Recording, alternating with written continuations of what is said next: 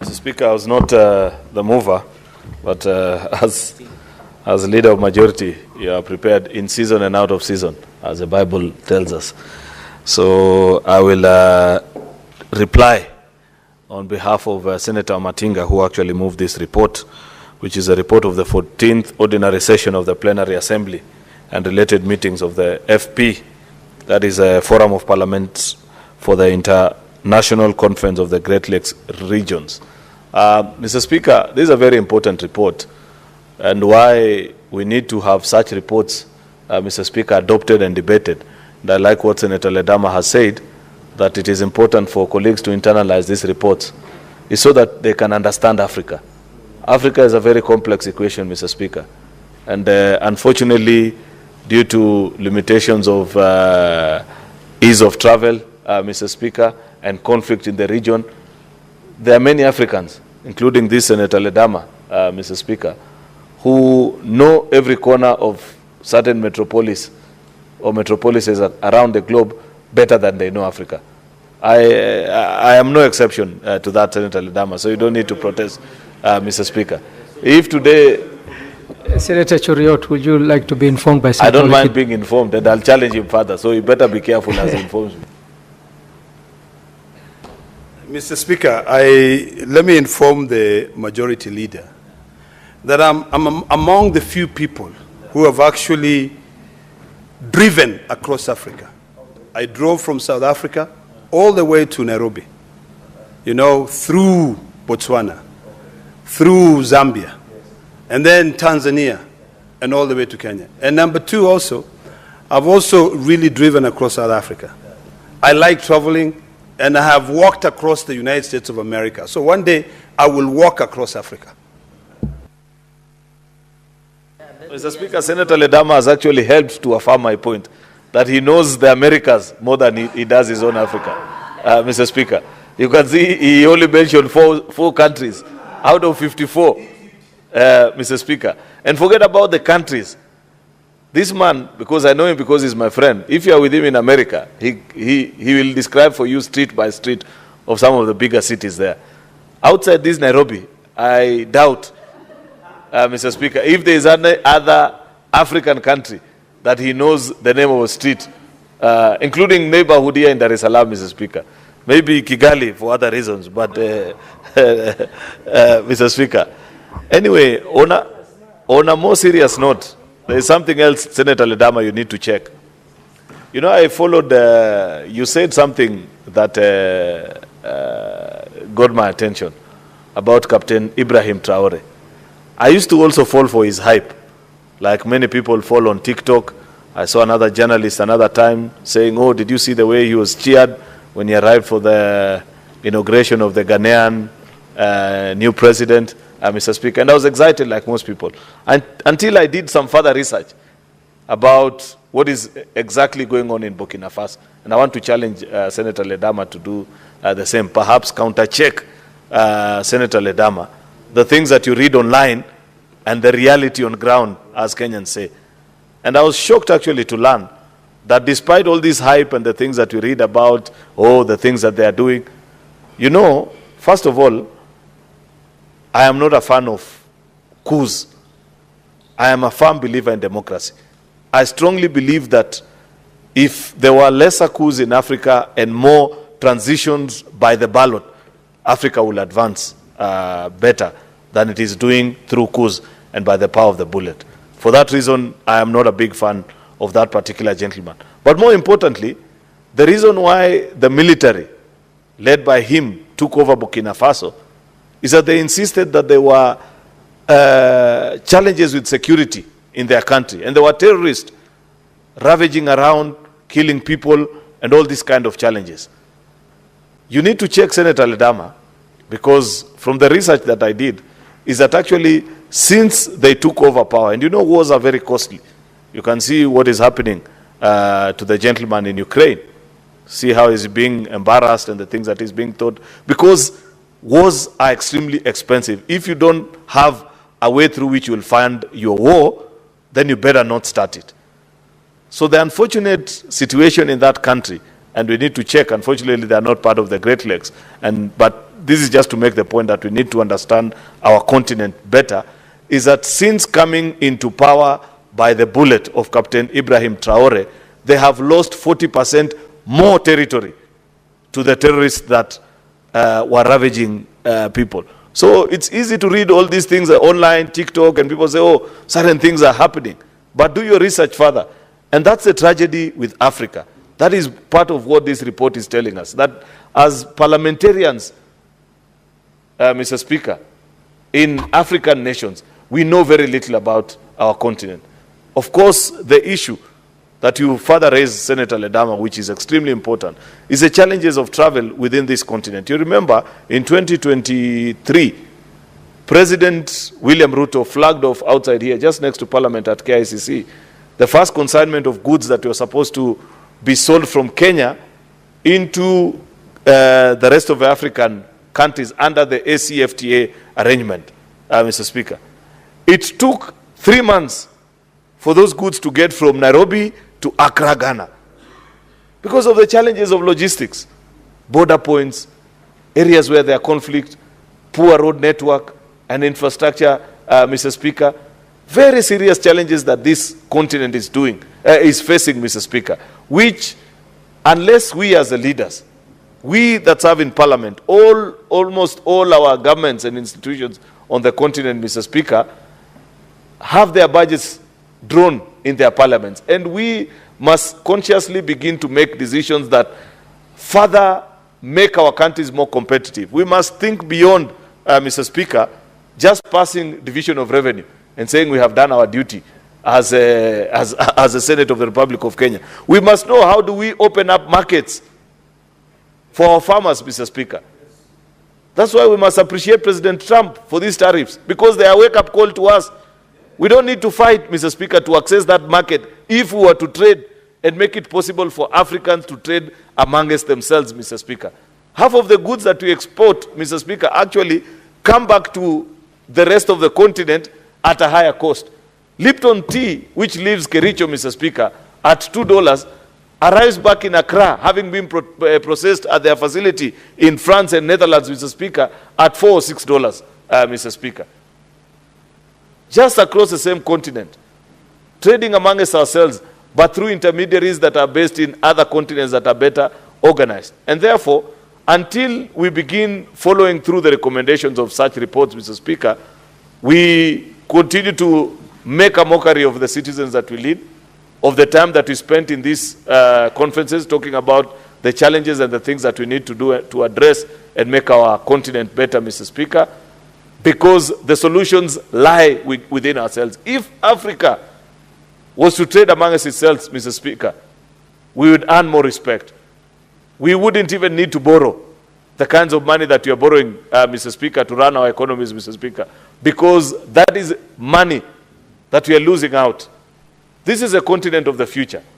And I want to appreciate the legislators that met last weekend, Mr. Speaker. I didn't get a chance because of prior arrangement, and Senator Ledama also. I don't know why. By the time he was informing me, it was hardly hours into the event. But the next one I will not miss, Mr. Speaker.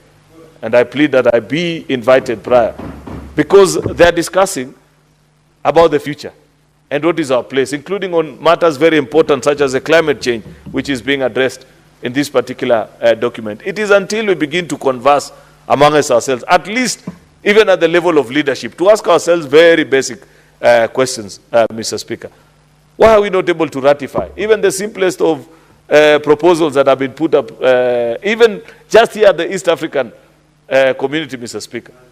Why does it have to cost me close to 100 shillings to call a fellow East African in Tanzania, Mr. Speaker? Yet the companies actually, the telco companies that own these networks actually, they are shareholders in each other. It's Vodacom on the other side. They own 40% of Safaricom here on this side, Mr. Speaker. Why are we making it difficult for people even just to communicate? The very least, thing that you can do, just to check on a friend, Mr. Speaker. It's really unfortunate that after these conferences, and this parliament perhaps is a well-oiled of resources and very good, well-thought-out reports such as this one, Mr. Speaker, that have been accumulated from 1963. with very good ideas. In fact, Mr. Speaker, we don't need to travel anymore.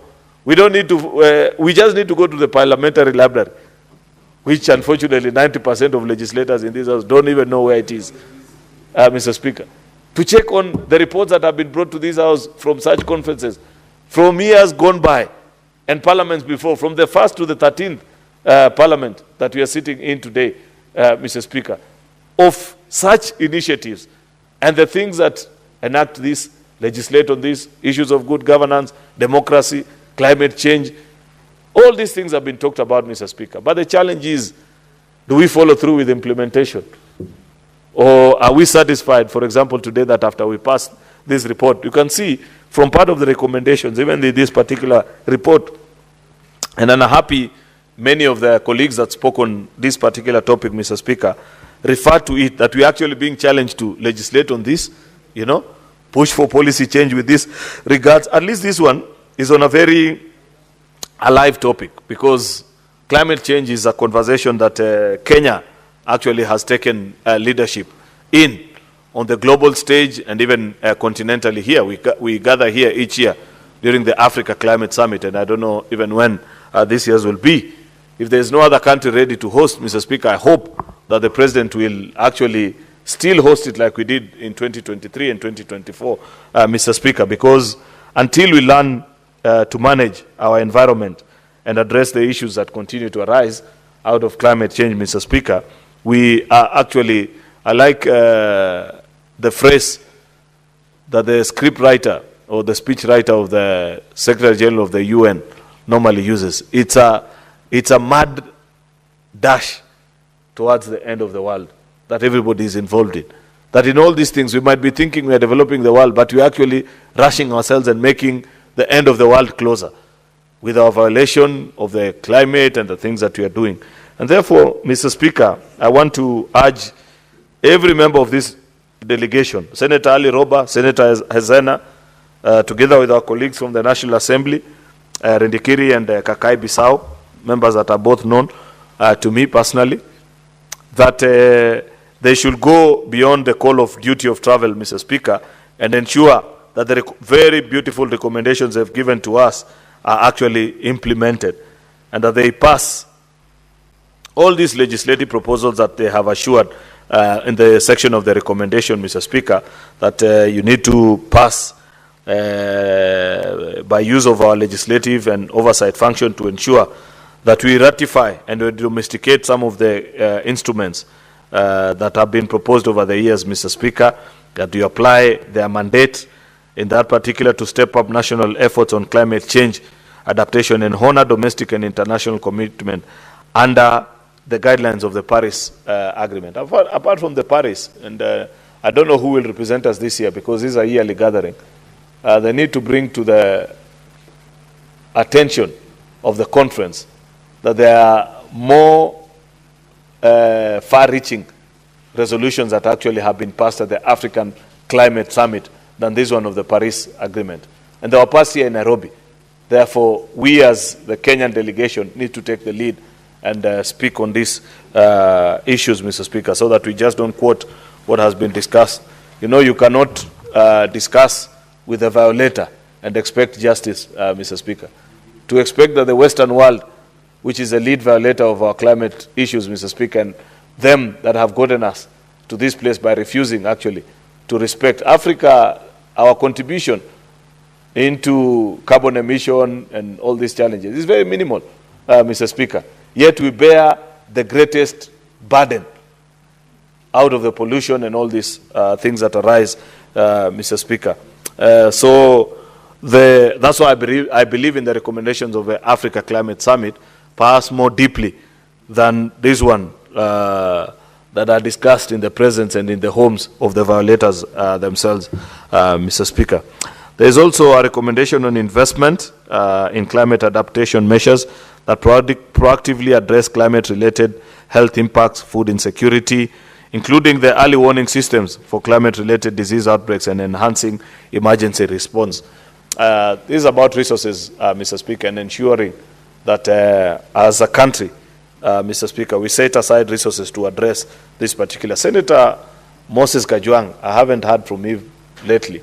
but I know that he was leading a caucus of, I think, legislators. I'm not sure whether it's from both houses or this house alone, where they were thinking about this particular topic, Mr. Speaker, and how we can make our contribution as Parliament here in Kenya alongside others. I hope he can complete on the work and lead the country into achieving that particular issue. They have put in an applause for the first Africa Climate Summit that was spearheaded by our President here in Nairobi, Mr. Speaker, and the strong contribution of the African delegation actually in that particular session. Mr. Speaker, I hope we can follow through.